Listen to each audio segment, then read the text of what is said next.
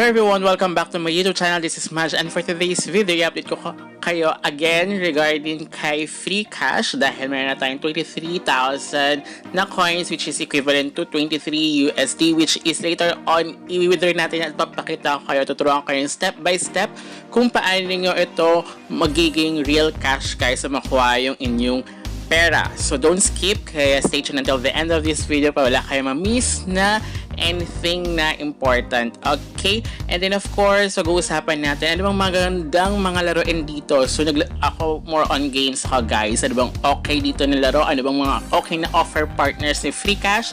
So yan ang pag-uusapan natin for today's video. But before we jump into it, make sure you like this video, subscribe to my channel if you have not already, and ring that notification bell so you'll always be updated to my upcoming videos and off the clock episodes.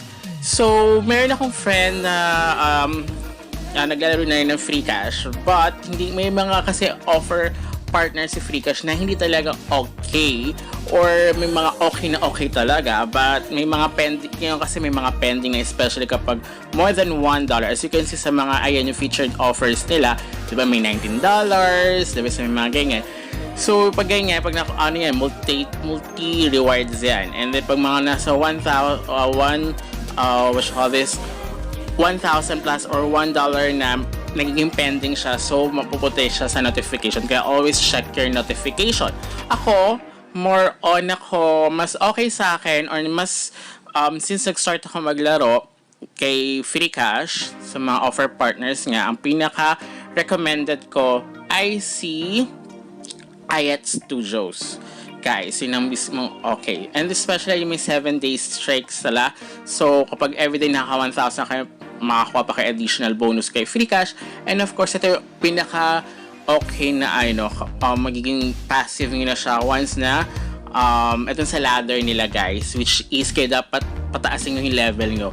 Pag naka level 51 kayo guys, ayan, level 51,000, yun na, possible na mas malaki yung makuha nyo, $51 per day yun guys. But of course, kailangan pa rin maglaro para ma-maintain yung makuha yung passive income for their ladder guys. So pwede nyo na siguro kung at least mga nasa level 1,000, 1,600, 1.6. So depende sa milestone yan guys.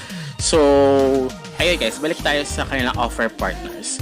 So here tayo sa Philippines, more on games lang pwede nyo gawin, pero kung kaya nyo makapag-survey, much better.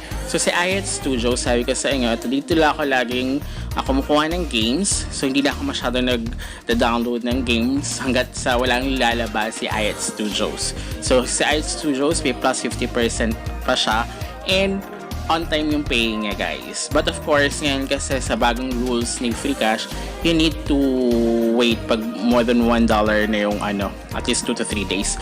So ito, bagong offer partners na lumabas sa akin, so I don't know kung lahat isa. Sabi ng friend ko wala pa siyang Tapjoy na offer partners. So si Tapjoy ngayon is mas malaki yan sa kanya, but of course may mga time limit yan. And then isa sa mga rules ni sa mga ganito, kailangan new user kayo guys. Kapag hindi kayo new user, hindi siya makikredit. Kaya kung makita nyo, okay, so dapat sa new phone, pag in-install nyo si Free Cash, kailangan new phone, or sa new phone nyo, or sa phone na yon is hindi nyo pa nakapag-download sa mga in-offer nilang games dito.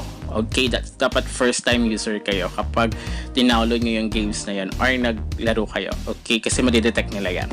So now tayo ay mag-withdraw guys. So naka $23 na tayo. So syempre nang-round off kapag USD, kaya pinapalitan ko siya ng coins. So para at least eksakto. Kapag ganyan kasi magiging 23,200 or something like that. So hindi siya mag-proceed. So kailangan specific yung naka-coins yung ating gagawin. So yan, successful. So just a few minutes lang. Depende kasi yan sa blockchains ng LTC. So LTC, wala kasi as you can see, zero fee siya. So iba kasi like si BTC, sila Ethereum, PayPal, may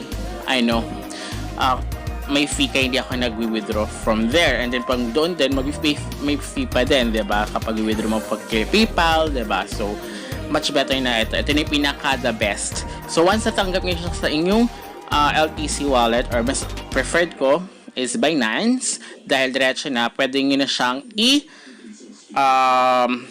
i-convert to USDT. Wala kasing LTC na directly na para maging siyang peso or your own currency. Diba? So, here, kailangan siya i-convert. At least dito, yun nga lang, depende yan sa price. Nagbabago kasi yan per hour, per minute. So, it really depends. So, ayan, may 23 tayo. So, diba kung 23.134, diba yun? So, naging 23.042.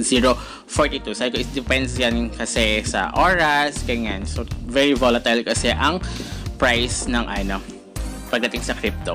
So now, after natin i-convert, nasa spot wallet niya siya. So, i-transfer natin siya sa InFunding. From funding, andyan na yung pwede nyo siya i-withdraw para sa inyong preferred, kung GCash yan, Maya, or your own bank. So, nandyan yan sa kanilang funding. So, click lang yung P2P and then pwede kayo mag-buy rin here. But of course, mag-sell tayo dahil nga papakita natin para makuha nyo yung real cash from free cash. Okay? So here, para mas mabilis kayo kasi nag-start siya sa pinaka-highest. Pinaka-mataas yung palitan. So mababa nga 56.92. But of course, dyan yung limit. Siyempre kung $23 sa mga nasa 1,000 plus lang siya. So ngayon, i-filter natin. Much better para mabilis kayo, i-filter nyo na. So kung nga, amount is 1,000 and dito nakalagay kung GCash, Maya, or bank transfer ba ang inyong preferred para kung saan nila ipapadala yung inyong money.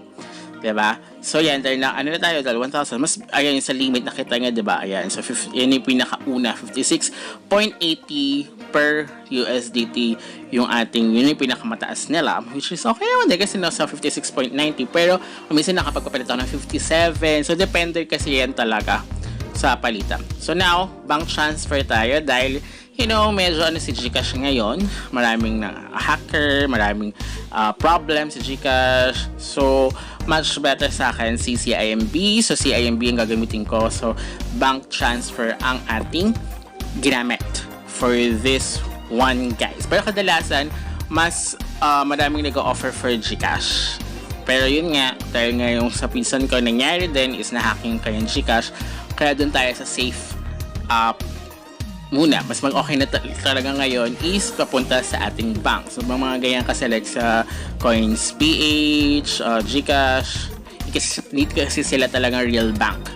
Kaya dun tayo. Then make sure na kapag magkapalit kayo, online yung seller. Diba?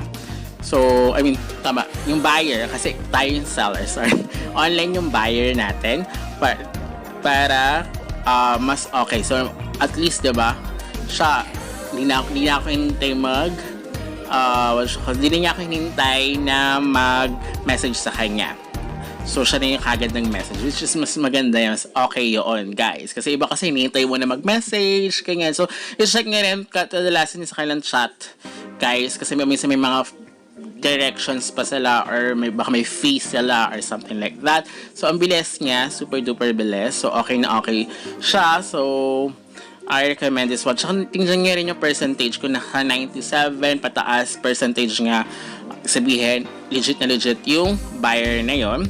So now, i-release na natin. So pag release nyo, kailangan nyo syempre mas okay kung may authentication kayo or parang verification, something like that, para hindi siya automatic na ma-release, diba? Sagat walang authentication. So, ayan. Pero syempre, i-check nyo muna kung dumating ba. So, dumating naman siya. Nag-notify sa akin. So, ayan. So, of course, i-ano natin yung hindi ako naglalagay ng password. Kumbaga, verification na kagad. Para at least, isi-send sa akin yung code and then itatype ko na lang dito yung code sa akin. Para at least, much better. Mas okay yun, guys. Kaya dapat meron kayong ganito kasi yung mag-automatic siya kasi baka mamaya biglang may diba? Sayang yung funds nyo. So, ayan. So, nakuha natin is 1,308.67. So, libre-libre lang natin siya nakuha, guys. So, legit pa rin si Freecash until today. So, it's been ilang years na rin si Freecash. Kaya, well recommended. So, update ko na lang kayo again next time. Goodbye! Let me know.